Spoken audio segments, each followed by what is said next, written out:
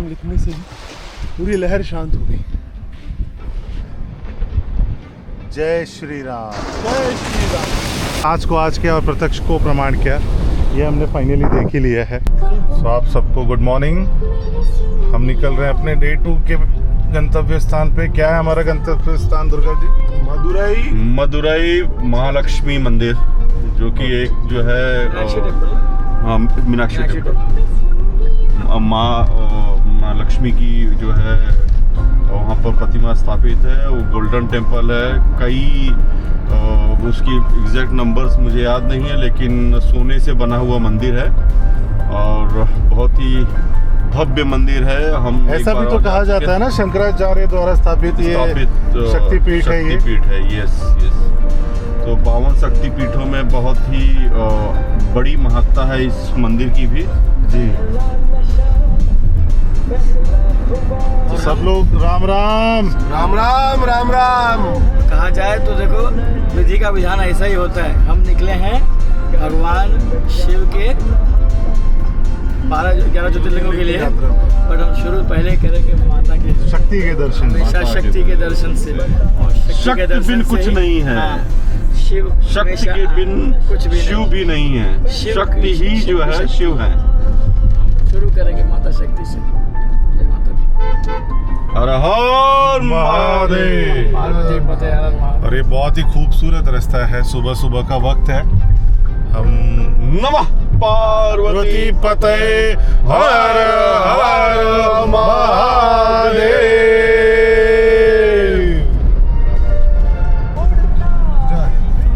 जैसे कि आप सब देख रहे हैं, एकदम खाली रास्ता है अभी फिलहाल।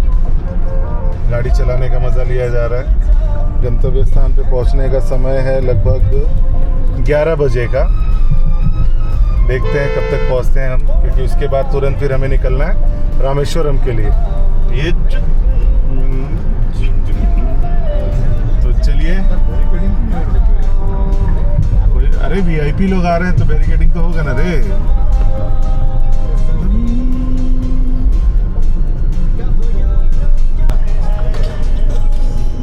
हाँ भैया जी, अब बोलिए क्या बोलना चाहते थे?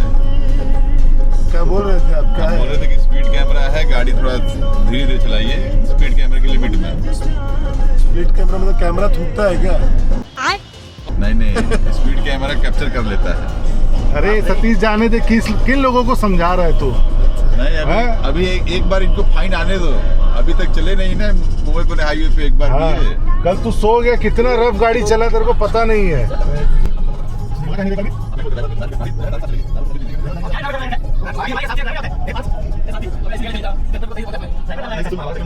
हे माधव। अच्छा हुआ तो माधव बोला कुछ और। हे माधव। हम लोग जरा हमें जो है दिक्कत ना दे। हे माधव आप भी सुनो। हे माधव आप भी तकलीफ ना दे, नहीं तो हमें गाड़ी उठा के डालना पड़ेगा। आज कौन सा भोजपुरी सॉन्ग लगाइएगा? ना आज भक्तिमय गीत होगा पहला, क्योंकि हमारा सफर।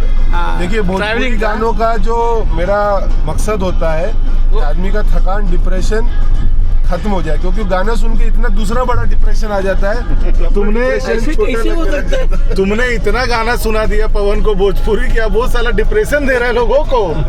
उसका जो मेन डिप्रेशन है तो भूल गया ना। भोजपुरी का डिप्रेशन है उसको। कौन सा डिप्रेशन है भाई? कौन से शब्द है? ये कहाँ से आ रहे हैं गाने? कौन लिख रहा है इसका लेखक?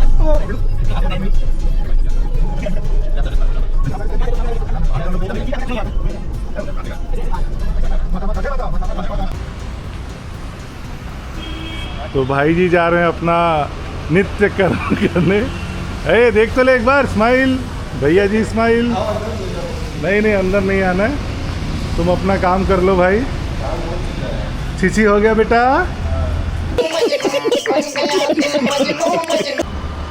तो फाइनली हम हैं national highway authority of India के टोल पे, जो सलेम से मदुरई की तरफ जा रहा है। हमारा पहला आज का पड़ाव वही है, मीनाक्षी टेम्पल, जो शक्तिपीठों में से एक है।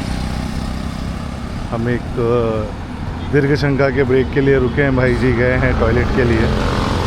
बाकी आप यहाँ का नज़ारा देख सकते हैं, मौसम बहुत ही अच्छा है और सब यहाँ पे रुके हैं, थोड़ा मज़ा वज़ा कर रहे हैं।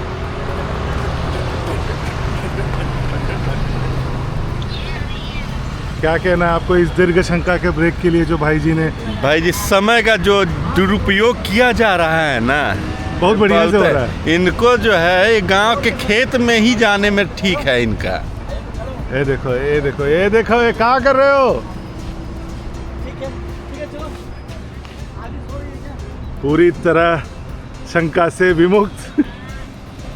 यार बुक ना करो। अभी मेरे को भगवान का खत्म करने दे, मैं बाद में बोलता हूँ। मेरे को जो खत्म करे तो मैं बोल रहा था सालों तो भगवान राम का नाम देने नहीं दे सुबह तुम। जय श्री राम। बोलो।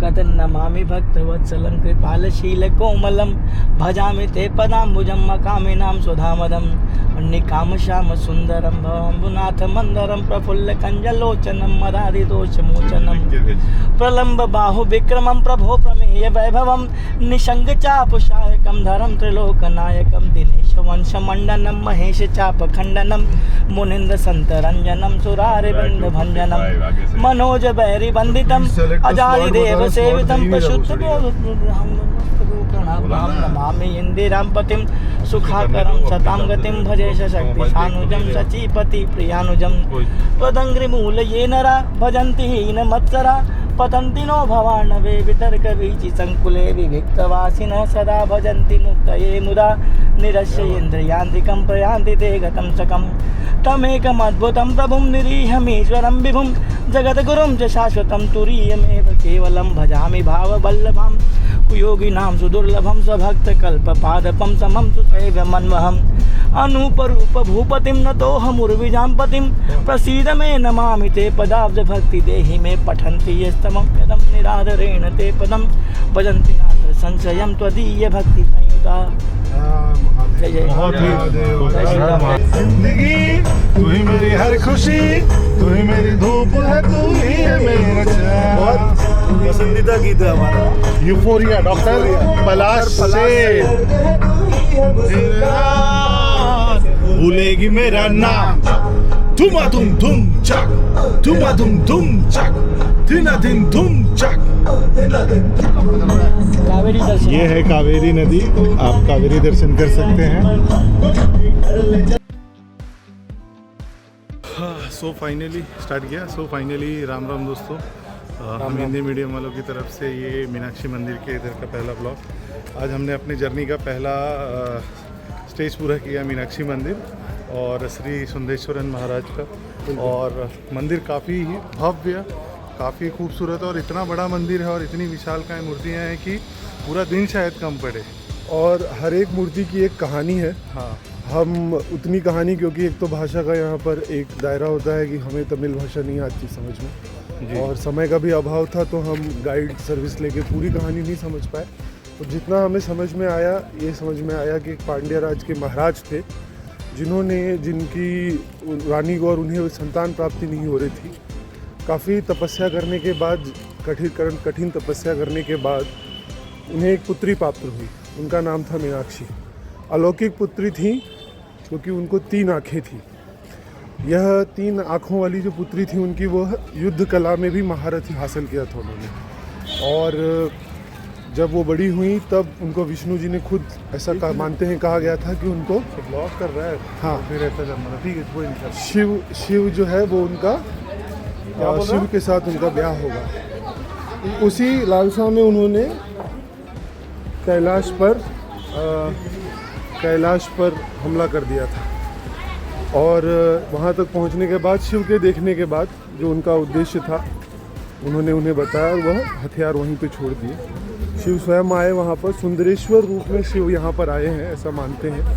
और मीनाक्षी सुंदरेश्वर मंगलयान, जैसे उनकी शादी यहाँ पर हुई थी, इसका पर्व हर साल यहाँ मनाया जाता है। तो ऐसी बहुत ही महान ऐतिहासिक पावन भूमि है। मदुरई को मित्रों मंदिरों का शहर कहा जाता है, सिटी ऑफ टेम्पल। और यहाँ पर आकर वाकई ऐसे लगा, इतनी, मतलब मैं क्या कहूँ, हमारे पास शब्द नहीं है। इतनी अद्भुत मूर्तियाँ, हर एक मूर्तियों के द्वारा कई सारी कहानियाँ दर्शाई गई। अब इसका एक छोटा सा उदाहरण, इसमें एक नटराज जी की मूर्ति है जिसमें उन्होंने जो अपना स्पेशल पोज है जिसमें वो डांस करते वक्त अपना राइट लेफ्ट लेग उठा के लेफ्ट लेग पे वो स्टांस लिए। वो मूर्ति बहुत ही भव्य और बहुत ही विशाल है और उसके बारे में हमें देखने का सौभाग्य प्राप्त हुआ। नवग्रह यहाँ पे शादी में जितने भी देवता गण आए थे, अतिथि, गणेश जी की करीब 1008 प्रतिमाएं अलग अलग हमें देखने को मिली। पर वही था, समय का अभाव था क्योंकि हमें अब यहाँ से रामेश्वरम के लिए निकलना है। तो यहाँ पर आने के बहुत सारे आसान से पर्याय हैं। आप रास्ते से आ सकते हैं, जैसे हमने कार से आए, अपनी खुद की गाड़ी बस से भी यहाँ पे सारी सुविधाएं मौजूद है। यहाँ पे एयरपोर्ट भी है, अगर कोई दूर से आना चाहता है तो डायरेक्ट फ्लाइट यहाँ पे मदुरई एयरपोर्ट है। ट्रेन से भी आ सकते ट्रेन हैं, से भी आ सकते हैं, मदुरई स्टेशन भी, और सब पास में है। मंदिर से बहुत पास की दूरी में यहाँ पर आपको आ जाएगा। एक चीज़ का खाली ध्यान रखिएगा कि 1.5 से 2 घंटा लगभग आपको यहाँ पर लाइन लगानी पड़ेगी। तो अगर आपकी फ़्लाइट का समय उस हिसाब से रखिए कि थोड़ा सब बीच की दूरी रखिए। हमारे साथ बहुत लोग थे जो कि फ़्लाइट उनकी मिस हो जाए ना हो जाए, इसलिए उन्हें बीच में ही छोड़ना पड़ा।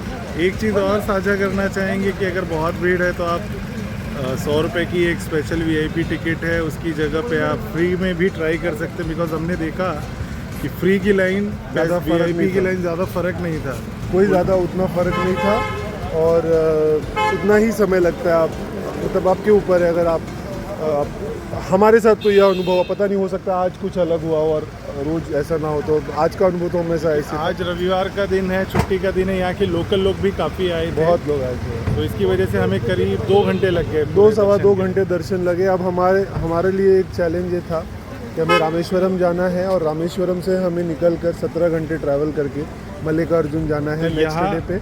यहाँ से रामेश्वरम की दूरी लगभग 3.5 घंटे की है। हाँ जी, वहाँ पे भी हमें धनुषकोटि के दर्शन करने हैं और भगवान रामेश्वरम की दर्शन करने हैं, ज्योतिर्लिंग। पर हम सब कोशिश करेंगे और आपको हर एक तीर्थ स्थल का दर्शन करवाएंगे। हम चाहते हैं हमारे द्वारा आप सभी को यह आशीर्वाद मिले, आपके परिवारजनों को यह आशीर्वाद मिले, और इसी तरीके से हम अब निकलेंगे अगले दौर पर। चलिए मिलते हैं अगले गंतव्य पर। ये भी बता दो ना, मंदिर के परिसर में आज सिक्योरिटी की वजह से आज 100 मीटर तक हम परिसर में कोई कैमरा नहीं ले सकते थे, इसीलिए हम थोड़ा बाहर आकर हमें आना पड़ा, क्योंकि वहाँ पर सारी चीज़ें, मोबाइल, और हाँ, आप वहाँ पर कुछ, यहाँ पे एक चीज़ और हम शेयर कर सकते हैं कि जब कोई खासकर स्त्री या कुछ आती हैं या लड़के भी आते हैं तो छोटे कपड़े या कोई भी ऐसे अंग प्रदर्शन जिसमें ज़्यादा हो, उस तरीके के कपड़े में, प्रदर्शन से भी बढ़ के जैसे आप स्लीवलेस टॉप, हाँ, उस तरीके की भी चीज़ें, चीज़ें ज़्यादा नहीं। डीप बैक और काफ़ी सारे वहाँ इंस्ट्रक्शंस यहाँ इतने दूर आकर आप वापस जाओ, सही नहीं लगता। तो जितना हो सके पारंपरिक कपड़े या फिर टी-शर्ट पैंट भी हमने पहना था, जैसे वो भी कोई दिक्कत नहीं थी। और शर्ट पैंट मैं ज़्यादा यहाँ देख नहीं पा रहा हूँ क्योंकि धूप आँख में आ रहा है, पर बहुत धूप भी बहुत है यहाँ पे, गर्म रहता है हमेशा। तो दिसंबर जनवरी का महीना मुझे लगता है सही है, बहुत ही अनुकूल रहेगा। मार्च अप्रैल में मैं जस्ट एक सोच सकता हूँ, कल्पना कर सकता हूँ। फरवरी में यह हाल है तो आप सोचिए अप्रैल में तो आप क्या ही बोले। हाँ, और आपका चप्पल जो है बहुत पहले उतार लिया जाता है, तो काफ़ी दूर आपको नंगे पाँव, ये तो मुझे लगता है बहुत सारे तीर्थ स्थल पे ऐसे होता होगा, पर धूप बहुत तेज़ थी, तो ठीक है। इन सब छोटी छोटी बातों का ध्यान रखें। मंदिर से आने के बाद आपका अनुभव जो है वो अद्भुत होगा। मतलब ये मंदिर, मतलब अगर आपको मूर्ति कला बहुत पसंद है तो ये एक ऐसा मंदिर हो सकता है जिसे आप याद रखेंगे, अद्भुत, बार बार आना चाहेंगे। और मैंने जितना सोचा था, सुना था, हमारी कल्पना से भी बहुत ज़्यादा सुंदर। तो वहाँ पर शहद का एक कुंड था, बहुत कुछ था। मतलब नटराज की मूर्ति विशाल, गणेश जी की विशाल विशाल मूर्तियाँ, और विष्णु जी की मूर्तियाँ, राम जी की मूर्तियाँ। मतलब यहाँ पे एक स्पेशल या कह सकते हैं आकर्षण का केंद्र ये भी था कि एक बहुत ही बड़ी नंदी जी की मूर्ति है जो एक ही पत्थर से बनाई गई, एक ही पत्थर से बनाई गई, उसे आप छू नहीं सकते, पर वो भी देखने में अद्भुत लगती है। मतलब शिल्पकारी का ऐसा बहुत कम देखने को मिलता है। माता के मंदिर में आपको कोई भी बल्ब या लाइट नहीं दिखेगी, ज्योति प्रज्वलित होती है। और उन्होंने जो अलंकृत किए गए हैं उन्हें आभूषण, उसे अलंकार दर्शन ही कहा जाता है। इंग्लिश में कहें तो रिफ्लेक्शन, उसकी लाइट से आप देख सकते हैं। इतना सुंदर आपको लगेगा कि आप, मतलब आपने कभी ऐसा देखा नहीं होगा। ठीक तो है, हमें अभी जाना पड़ेगा, चलिए मिलते हैं हम अगले दौर पर। हमारे गाड़ी आ गई है और राहुल जी का नृत्य ना किया जाए, चलिए मिलते हैं।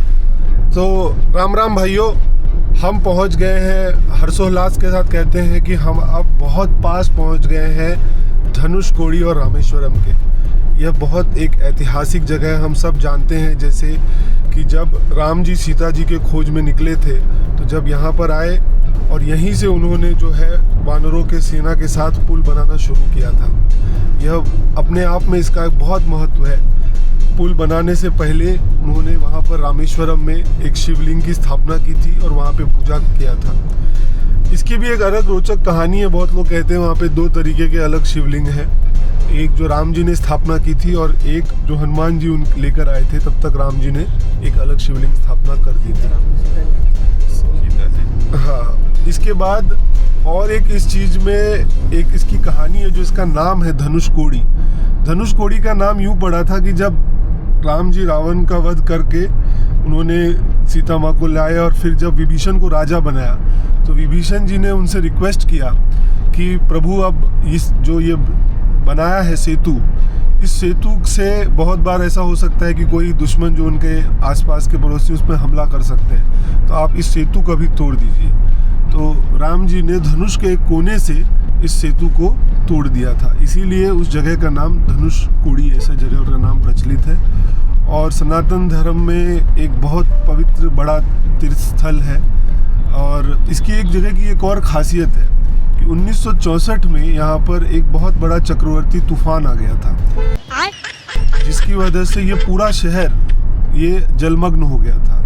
यहाँ तक कि एक ट्रेन थी वो भी पूर्ण रूप से समुद्र में डूब गई थी, और जिसकी वजह से 100 से भी ज़्यादा लोग उस समय कहते हैं कि उस ट्रेन में थे, और 300 लोग उस तूफान में मारे गए थे। तो बहुत यहाँ पर उसे ऐसा शहर सरकार ने घोषित कर दिया कि जहाँ पे अब कोई पुनर्वास नहीं होगा।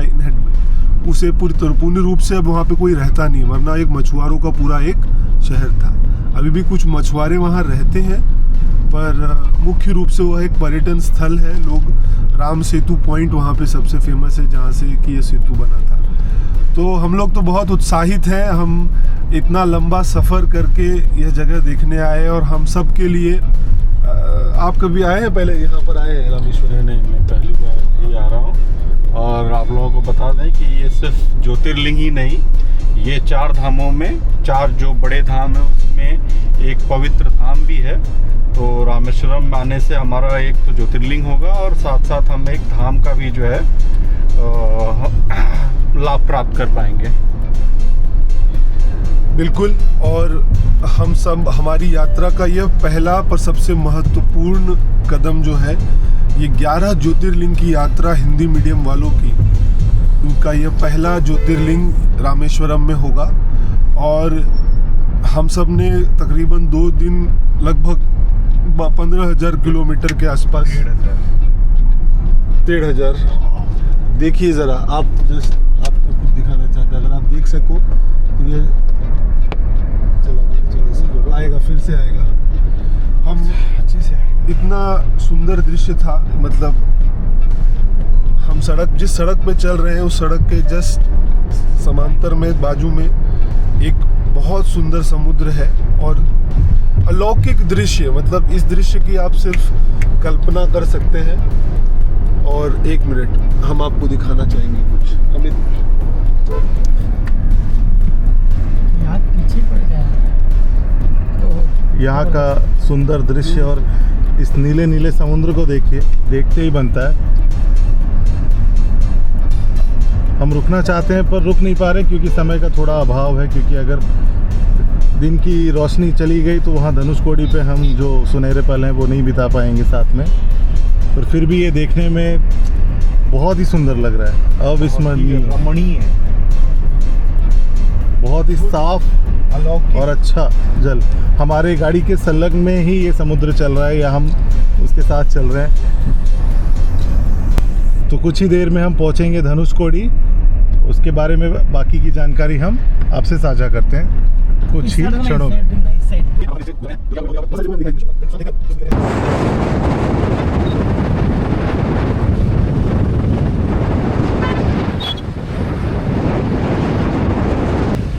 Hi Satish, how are you feeling? I'm feeling great, man. अब ये हिंदी में कहिए। बहुत ही अविश्वसनीय अविस्मरणीय। तू समझा? हाँ। नहीं, तू समझा नहीं। दृश्य है, दिल को बहुत अच्छा लग रहा है। ब्रिज दिख रहा है वो?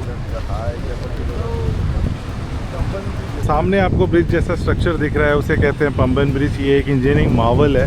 जब किसी बड़े जहाज़, समुद्री जहाज़ को यहाँ से पास होना होता है तो उसको लेफ़्ट करते हैं ऊपर की तरफ और वहाँ से वो इजीली जहाज़ पास हो जाता है। तो हुआ ना एक ये इंजीनियरिंग का मार्वल। और आज तक हमने सिर्फ यहाँ के बारे में सुना था, आज यहाँ के बारे में देख भी लिया। पानी नीला हरा, मतलब अलग ही लग रहा है, कुछ तो अलग है सीरियसली। मतलब हमारे इंडिया में भी इतनी खूबसूरत जगह है, हमें एक्सप्लोर करना चाहिए। अभी हम थोड़ी देर में 15 से 20 मिनट में हम पहुंच जाएंगे धनुषकोडी और वहाँ पे हम आपको दिखाएंगे वो ऐतिहासिक और भगवान श्री राम के ज़माने का वो ब्रिज जिसे उन्होंने तोड़ दिया था विभीषण जी के रिक्वेस्ट पे। तो आइए चलते हैं, हम यहाँ पे थोड़ा लुत्फ़ उठा रहे हैं। सानन्दमानन्दवने वसन्तम् आनन्दकन्दं हतपापविन्दं वाराणसीनाथमनाथनाथं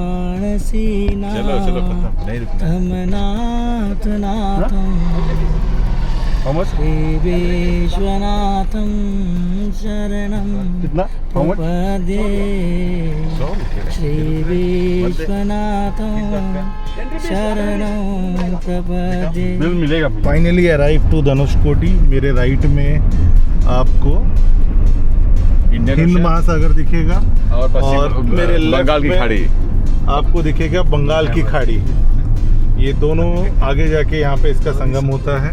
Wow, it's so beautiful. mesmerizing। Mesmerizing। 2 तो शब्द आते हैं। ये दुख का खत्म नहीं होता बे।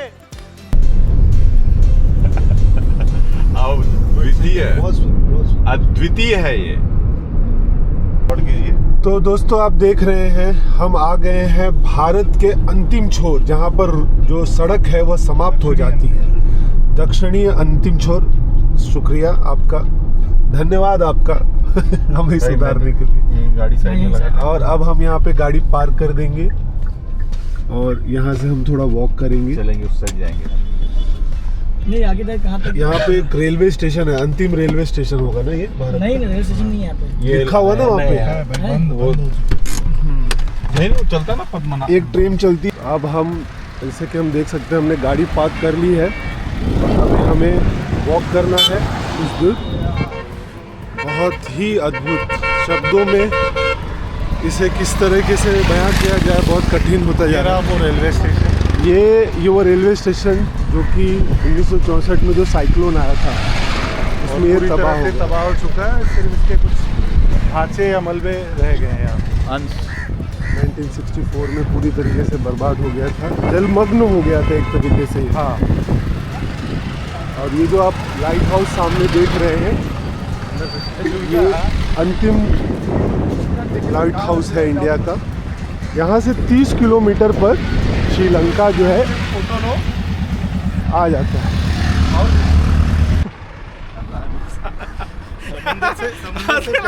साल का 6 महीना समंदर में बीतता है, लेकिन इनको समंदर में नहीं समझ में आ रहा है। समंदर में जाएंगे। एक छोटा सा विवाद होते हुए यहाँ पर, क्योंकि हमें कम समय में ज़्यादा जगह को तय करना है, तो उस तरीके से किस तरीके से समय को मैनेज किया जाए, उस पर हम लोग बात बात पर विवाद होता रहता है। हम जाएंगे उस तरफ।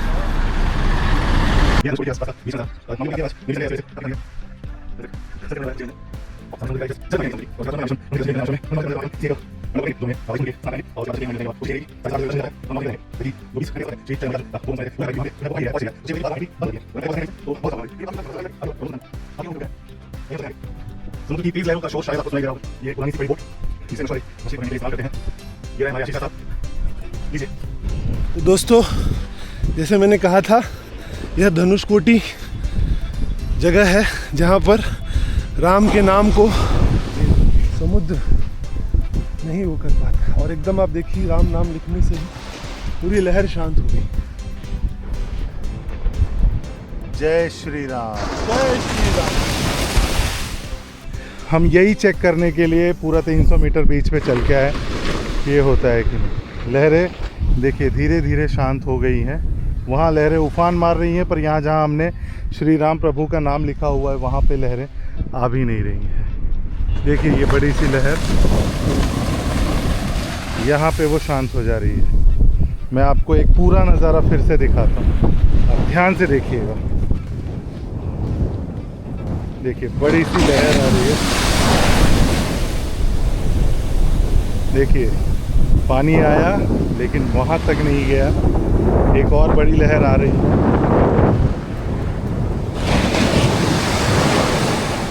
देखिए वहाँ तक पानी है। देख ला,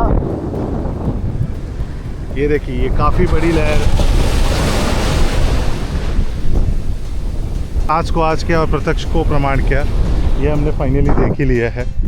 तो चलिए चलते हैं अब, ताकि हम रामेश्वरम मंदिर के दर्शन कर पाएँ।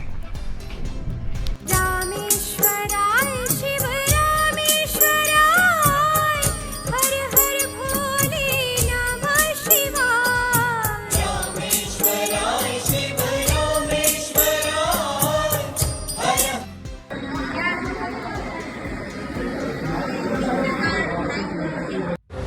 तो रामेश्वरम की सबसे खास बात है, जब हम लोग यहाँ आए तो हमें यह कहा गया कि आपको समुद्र में पहले स्नान करना पड़ेगा। समुद्र में स्नान करने के बाद आपको 22 कुंडों में स्नान करना पड़ेगा।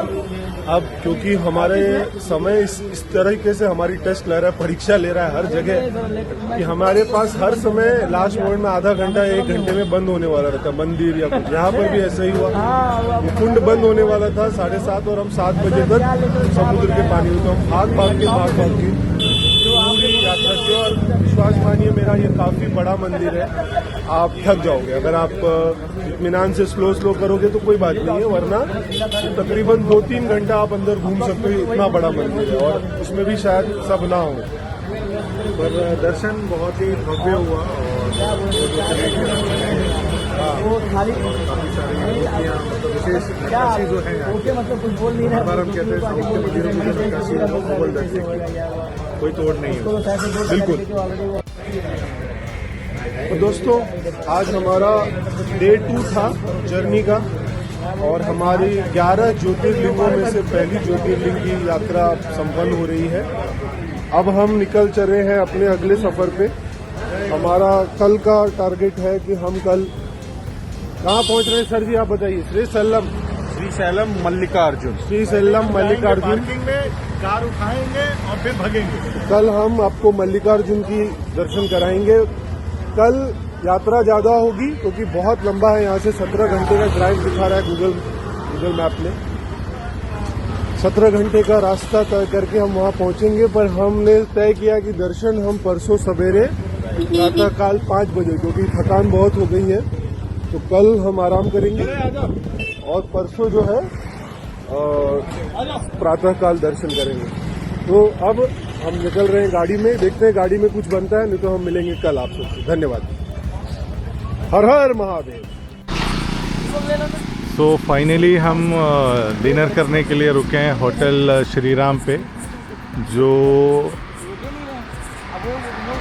कि रामेश्वरम से कुछ 40-50 किलोमीटर दूरी पे है टुवर्ड्स श्रीशैलम के लिए। देखिए चांद कितना खूबसूरत नज़र आ रहा है। इसमें बहुत ज़्यादा जूम आपको दिखेगा नहीं, तो मैं थोड़ी इसमें आपकी हेल्प नहीं कर पाऊँगा, बट बहुत ही खुशनुमा मौसम है। धीरे धीरे हम जा रहे हैं। अभी जो जर्नी तय करनी है वो है श्रीशैलम की, जो यहाँ से लगभग अभी के हिसाब से करीब 925 किलोमीटर है। तो हमने ये डिसाइड किया है कि हम दिन और रात कंटिन्यू चलेंगे।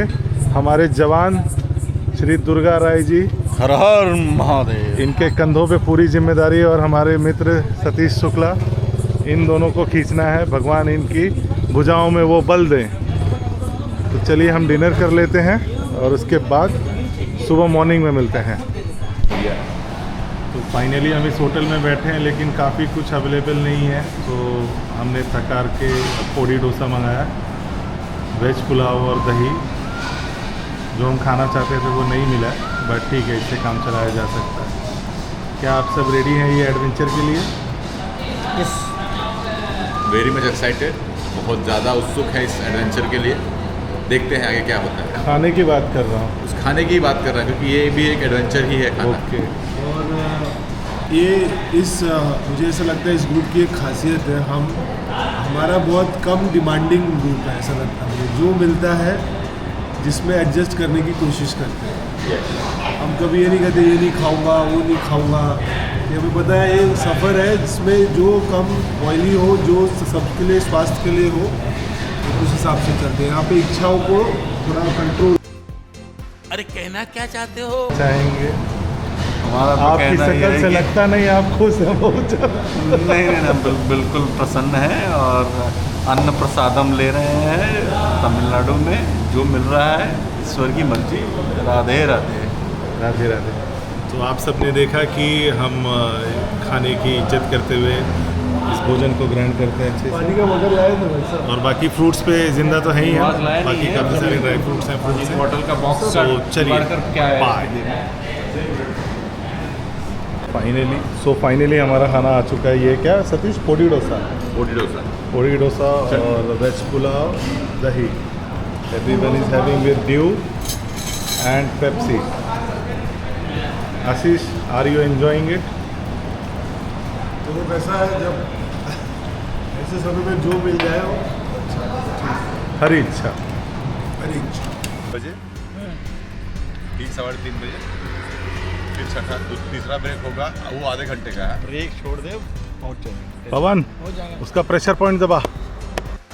कैसी अपमानजनक बातें कर रहा होता है ये? अश्लील है ये लोना। प्रेशर ही है।